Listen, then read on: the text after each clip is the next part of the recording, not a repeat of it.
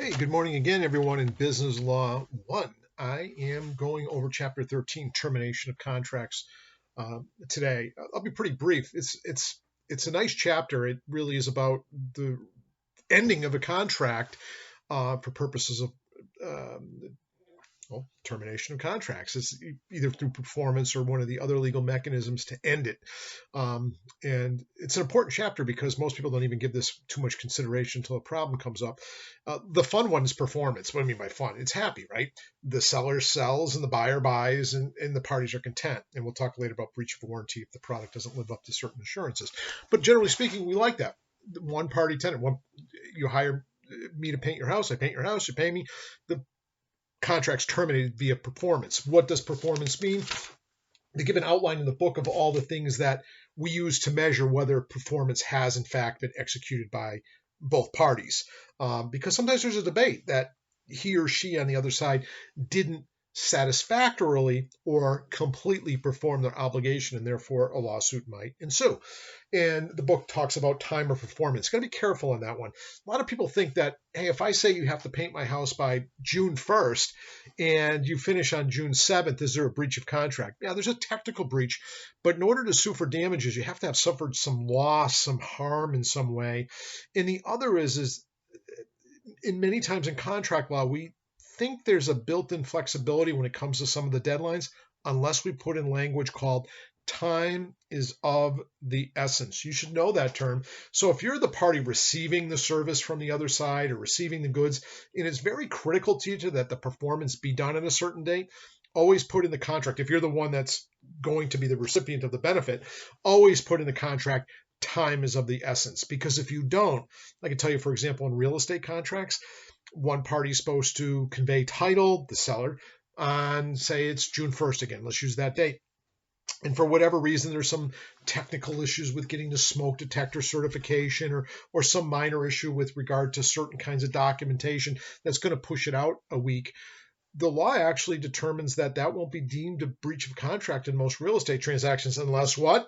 We put the language in, time is of the essence. So it usually has to be performed very close to the contract terms or thereabouts, unless we put in that language, time is the essence. Then it would be a breach and you could sue. But what do you have to still suffer? You have to suffer damages. So if you really haven't been harmed economically or some business protocol has been set backwards as a result, you've lost money in some kind of other contractual obligations you may have to have forestalled because of the lateness of the performance, then you can sue for damages. But if you didn't suffer any loss, generally speaking, the court's going to say, okay, well, the other party was late by a week. How have you been harmed? You can't say, well, they breached the contract, I'm due money. It's not like a lottery system. Damages have to actually ensue in order for there to be a lawsuit to have occurred. Tender performance, that's the big one. Did the other party do what they're supposed to do? They're supposed to give you $500. They gave me $500. That's tender performance. That's why we call it legal tender. The party that has to pay, that's how they satisfy it, through tender of money. You know, so obviously tender performance is the one that's more debatable. I'm supposed to paint your house. Today I say I'm done. I'm here to collect the remainder of the balance due. And you look around the house and you might debate with me whether or not it is in fact completed. You might say, well, you didn't do this. And I say, well, that's not part of painting the house. I don't clean out your gutters. I don't paint the gutters as part of my contractual work. I only paint the wood structural components of it. And that's why you have to try to have clarity in your contract, because we can debate about that. And how do we determine whether or not performance has been done? We usually look for standards in the industry. What is a workman-like painter to do to complete what they're supposed to do? What's an attorney supposed to do to complete their services on their end? And we do an analysis of that. And then we have to talk about what we call satisfactory performance. Does it have to be perfect? No, it has to be basically an objective standard. Objectively looking at the circumstances, has party A or party B completed what their obligation is? Be careful in this when you can actually put in a personal satisfaction contract. Very dangerous. I know a lot of sellers of certain goods do it, usually cheap and expensive goods. They'll put right on their product that satisfaction guaranteed. If you're not completely satisfied with this product, just return the empty bag of potato chips, for example. I know many of the potato chip companies, you'll see it right on there. I'm always interested in looking at it because I'm interested in law. They'll say just return the empty bag along with your receipt, and no questions asked. Why is there no question asked? Because it's a satisfaction contract. It could be the best chips in the world, but if you're not personally satisfied, you have a right to a refund. And why am I saying it's only usually done on those lower cost items? Because say, for example, if I ever put that out of my attorney qualification, your satisfaction is guaranteed. I go out and do a bunch of work for you. I have trials, I have depositions, I do a ton of work. And at the end, objectively, I did a pretty damn good job. Could you turn around and say, yeah, but I'm not personally satisfied, so I'm not paying? Yeah, if it's a personal satisfaction contract, it is up to the subjective satisfaction of the other party. They're rarely done for significant value type contracts. You don't want to do that. It's a great marketing scheme, but man, it can really hang you out to dry. I always use the example when I taught in like the live traditional brick and mortar classes, which I miss so much, is a personal portrait. You hire a very skilled painter to paint your portrait. You're going to pay him or her $15,000 to do this. And there's going to be this big unveiling party. And there's that one of those drapes over the outside of the painting. And you have a big party and they pull the curtain away and all your friends and family are at the party to reveal your portrait.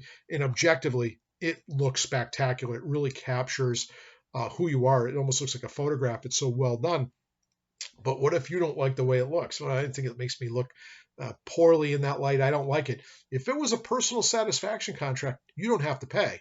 The artist, of course, doesn't have to leave you with the portrait. They get to take the portrait.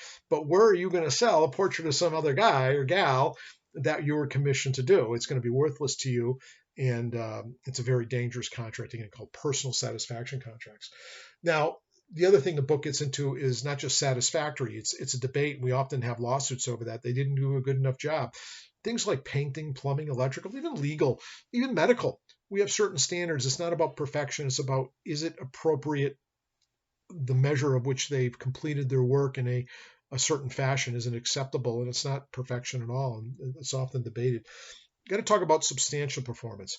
What if you hired a painter to paint your gigantic, you have a 5,000 square foot house and they're painting the exterior of it. And for whatever reason, they get about, significantly close to done, but they never got around to doing the detached garage, which was part of the price. It was an $8,000 contract. They painted the whole body of the houses in a workmanlike, appropriate fashion, but for whatever reason, they ran out of time or they decided to hang up the painting practice and retire and go into a retirement mode because they feel like it's too difficult to get up and down ladders. Are they entitled to no money at all? Well, from the previous chapters talking about quantum merit or unjust enrichment, that wouldn't be the case. And we call it what we call substantial performance. If a contract comes so close to being complete, but some detail clearly has been missed, the obligated party is entitled to their contract price minus whatever it is would be the reasonable cost of completing the undone portion of it. And this comes up quite a bit in the building industries. You get a house built. Most builders, there's always some little thing. They never put the hand crank on the two casement windows. They never finished putting on the gutters of the whole. They built the whole home, but they didn't put gutters on, and that was part of the contract. They're entitled to nothing. No, they're entitled to the full contract minus whatever it costs to finish those outstanding aspects of the contract. And that's what we call substantial performance. Satisfactory performance. And now there's another way to terminate contract, operation of law. One is discharge and bankruptcy. I'm supposed to do legal work for you. You're supposed to pay me $10,000. And I do almost all the legal work. I'm pretty much done. Today's the last day. We finish in court today. We get a judgment in your favor. I'm not guilty of criminal case. And I say, now you owe me $10,000. The contract's still executory on your end. You haven't completed, but I have. What if you filed bankruptcy? Could that debt be discharged in bankruptcy, meaning terminate the contractual obligation? Yes. It's a big issue with some people that, everything from landlord, tenant, any contracting obligation, almost any, can be dischargeable in bankruptcy. Of course, you have to qualify for bankruptcy to show your debts and your income are so disparate that we want to give you an opportunity to start off clean and wipe out these debts. You have to be eligible for it, but let's assume you are. Most debts contractual obligations are able to be wiped out in bankruptcy, which surprises a lot of people. Things like child support, student loans, certain medical bills sometimes. Most medical bills actually can be, but student loans, child support, restitution, criminal cases, those kinds of debts are not excusable in bankruptcy court. Most student loans aren't excusable in bankruptcy court.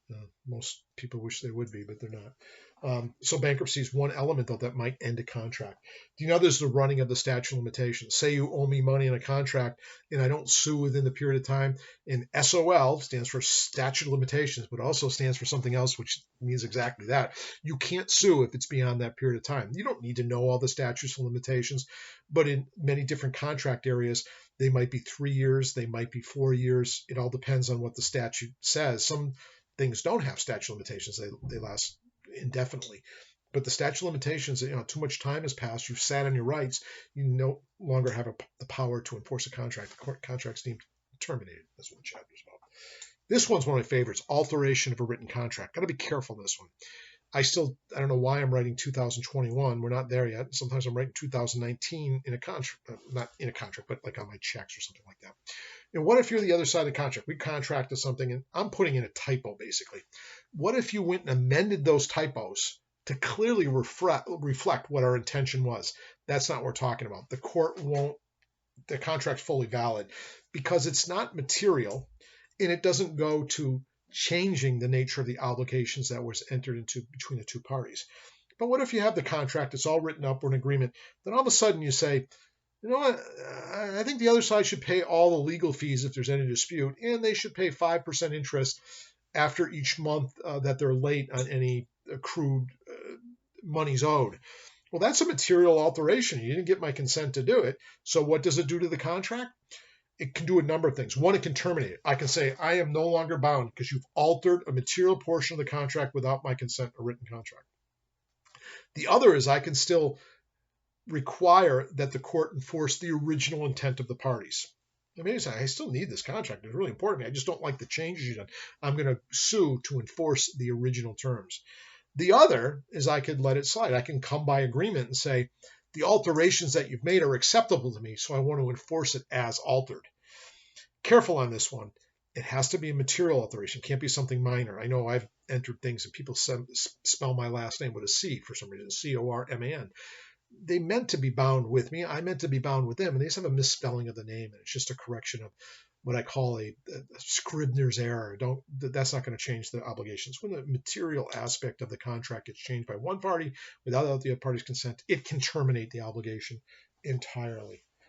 Now, the voluntary agreement of the parties is another one. I'm supposed to paint your house. You're supposed to pay me $5,000. Maybe you're kind of a friend too. I stopped by and I said, geez, my knees are getting kind of old. I hate going up and down the ladder. And he goes, Jim, I was thinking about vinyl siding the place anyways. Why don't we call it a nullity? Why don't we agree to terminate our obligation? Yeah, some people say, well, isn't the changing of the obligation needing to have consideration, that legal detriment flowing back and forth between the parties? Well, it is. I'm giving up my right to collect $5,000. You're giving up your right to have me paint your house.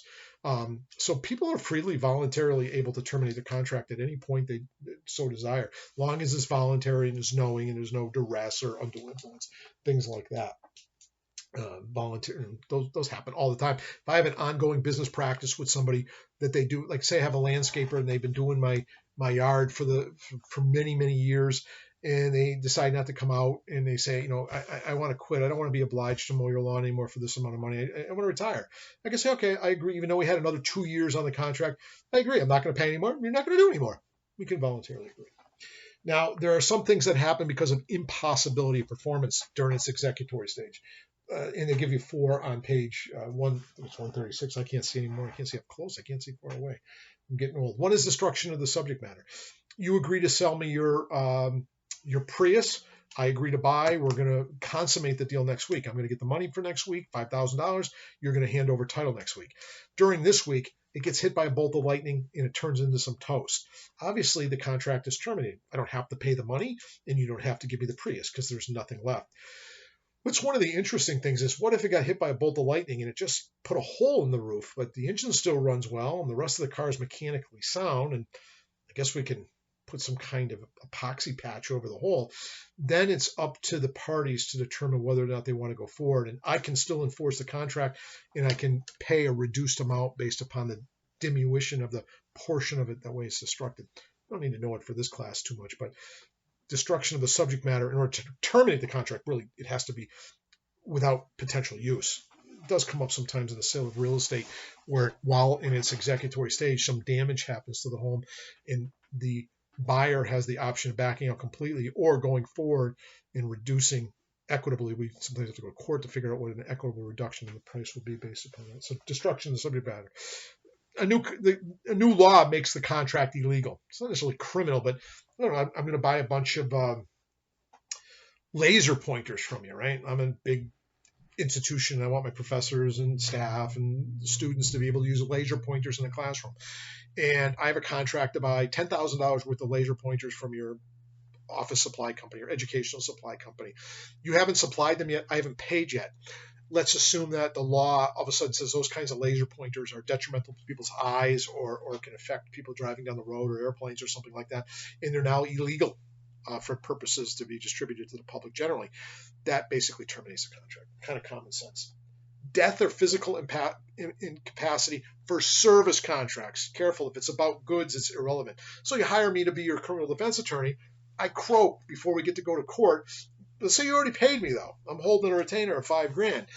Obviously, you can't enforce me to go forward. I'm dead. Or what if I become physically unable to do the job? I get a massive stroke. I can no longer speak, write, or communicate effectively in a court of law.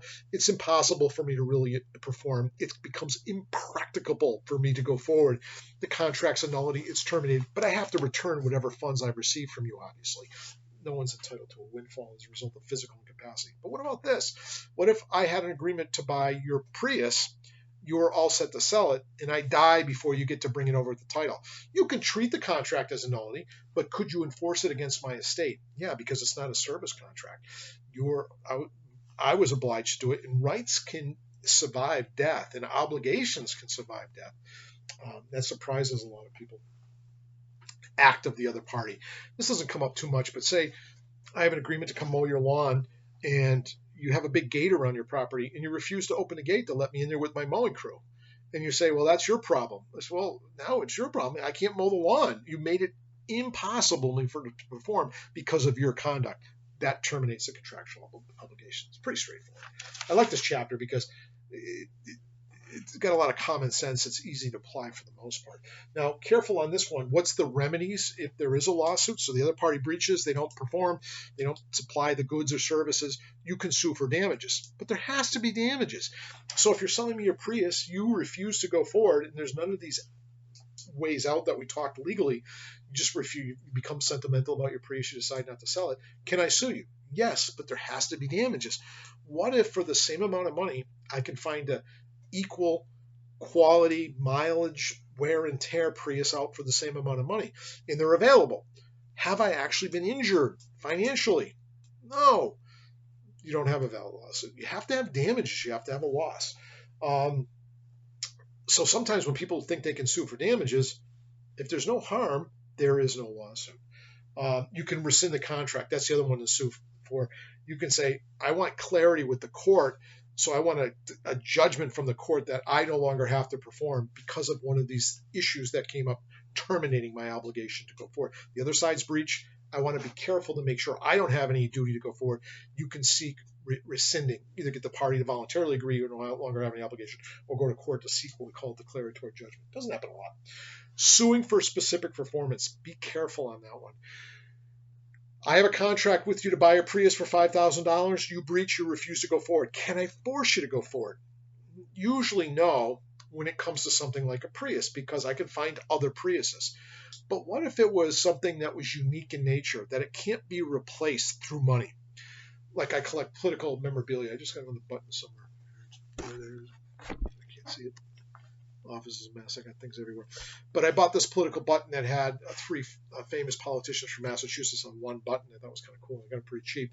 Now, because it's rare, because it's unique, and there's no other buttons like that available, and you were going to sell it to me for $10 and we had a valid contract for it, can I enforce that contract through specific performance? Can I make you give me the button? Yes, if it's established in the court that there's no viable alternative because the item is unique in nature, I can actually enforce specific performance. This comes up a lot in like artwork, collectible items, but where it comes up where you guys care about more than anywhere else in business is real estate.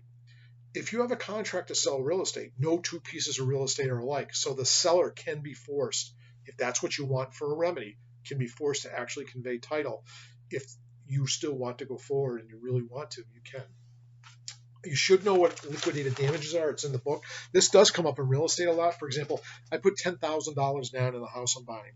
I decide I don't want to go forward, but I don't have a valid legal reason not to go forward. I just changed my mind. Well, the other side says, well, I want to enforce the contract. What can they sue me for? They could sue me for whatever they've lost, but oftentimes we put it right in the contract that the remedy will be the deposited amount of money. The law doesn't really like, it's called liquidated because it's already earmarked specifically what the wrongdoer will have to convey to the other side, because sometimes it ends up in a windfall, meaning it doesn't really accurately reflect what they've lost. Think about it. What if I'm buying a huge, big office building in downtown Boston for $100 million? What do you think my down payment's going to be on that? Say I put down $5 million and I decide I want to take a different direction. I want to go to California where it's sunny, and I decide I'm going to renege. Should you be able to keep $5 million if you're able to sell the property fairly soon and not really suffer too much economic damage? That's when the court doesn't like liquidated damages, when it's not a true measure of, in the ballpark at least, of what the other side probably has suffered. We don't like to allow for what we call liquidated damages.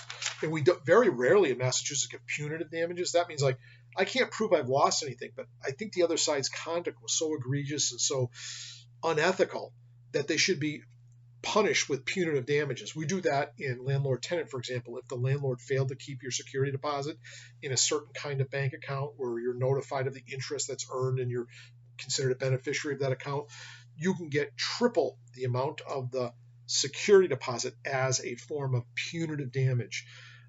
It's rarely given because we just don't like people getting a windfall because of somebody else's breach of the contract. Usually it has to be egregious type behavior, and usually has to be done by a business and not just an everyday, small, one-time contractual obligation. So some company or business is engaged in unfair and deceptive acts and practices, and you've really only lost a few $100s in the contract, you might be able to get triple damages and maybe even get attorney's fees for you because they should be punished. It's punitive damages. And you'd think Massachusetts being liberal, we'd allow a lot of punitive damages. We tend not to. They tend to be in other jurisdictions. We don't like to have people benefit from another person's wrongdoing. I don't know why malpractice is in the book, but you should know the concept of malpractice is usually when it comes to some professional type of business, like a CPA, an attorney, a doctor, a psychotherapist. These are professional licensure type people. When they fail to perform their job consistent with the standards in their profession, they can be sued for malpractice. But you still got to basically prove they've been negligent. They failed to do what any reasonable attorney would do or not do, any reasonable doctor would do or not do. And what else there has to be? Damages. So if an attorney wins the case for you and you're found not guilty of the criminal charges against you, and you think the attorney was really awful throughout the entire process, you don't have damages. You won. But sometimes people, I always think of the doctor case. I'll leave you with this last little, I think, funny example. Some people think it's really disturbing. There's a doctor, I believe, right here in Massachusetts that was performing spinal surgery on somebody. Person's back was all open up. They did whatever they were supposed to do. I don't know if it was put in some kind of fusion in or something like that to stabilize someone's back. The core aspects of the surgery was done, but I don't know how long ago this was. You guys can look it up. The doctor supposedly had to get to the bank before it closed. So before he closed up the patient on the operating table, he left the operating room to go cash a check or deposit a check or something. I don't know if he's going away or something. The person's out. They're under anesthesia. They don't know this is happening. And they come back and they sew the person up, whatever. The patient finds out, because I think it was one of the nurses or anesthesiologists, someone says, hey, by the way, in the middle of your surgery, doctor took off to go cash a check down the street, came back and sewed you up. Is that malpractice? Yeah, it's failing to perform as a reasonable surgeon would. But what are the damages? What if the person gets no infection, their back is healed appropriately? I don't know if there's anything. Somebody says, oh, there's psychological damage. Maybe there's not. If it were me, probably my back's working. I play golf in my back, for all I care, as long as I'm okay afterwards. You have to prove damages. People get tripped up on that damage issue. People get in car accidents sometimes, little fender benders. But guess what? There's no fender bent at all. You get out and your car looks fine, and you're okay. You weren't hurt. The other person was negligent. They went through the stop sign without stopping. But if there's no damage to you or your car, you can't sue. You have to have loss. And that's a fundamental principle in almost every jurisdiction. To sue, you have to have suffered losses. And I'll leave you. That's chapter 13. I kept it under 30 minutes, so feel better about it. Take care.